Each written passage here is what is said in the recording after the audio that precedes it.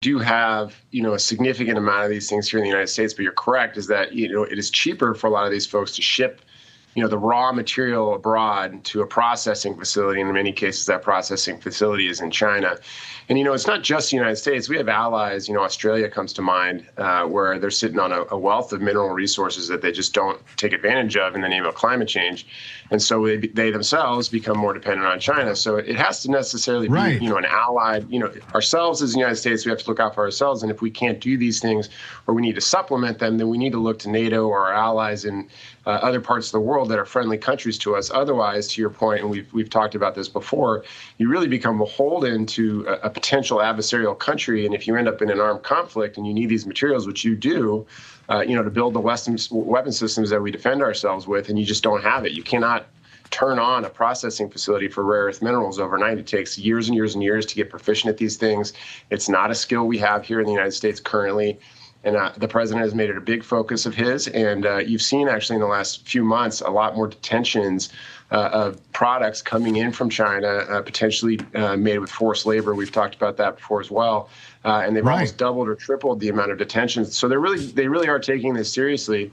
And you saw Tim Cook in the White House yesterday or the day before, I can't remember, pledging $600 billion to build things. So many people in the White House.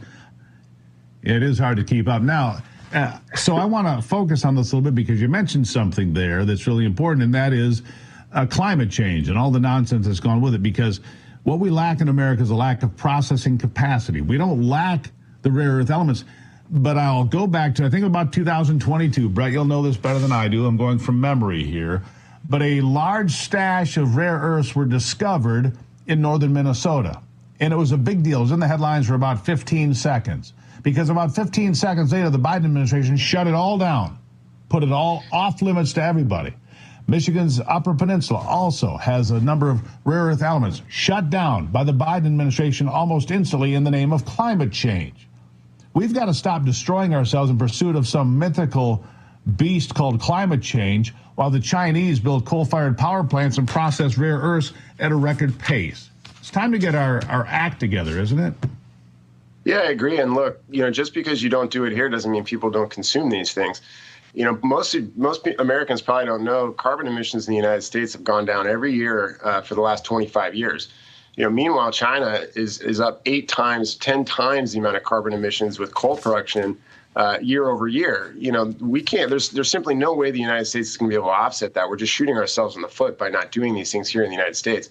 And at the end of the day, we are the most technologically advanced country in the world. If we're going to solve these problems, you have to solve them with capital. You have to solve them with capitalism. Give people an incentive to make money, to do the right thing for the country, and do those things here in the United States. Because if you don't do it, you're just creating a long-term problem.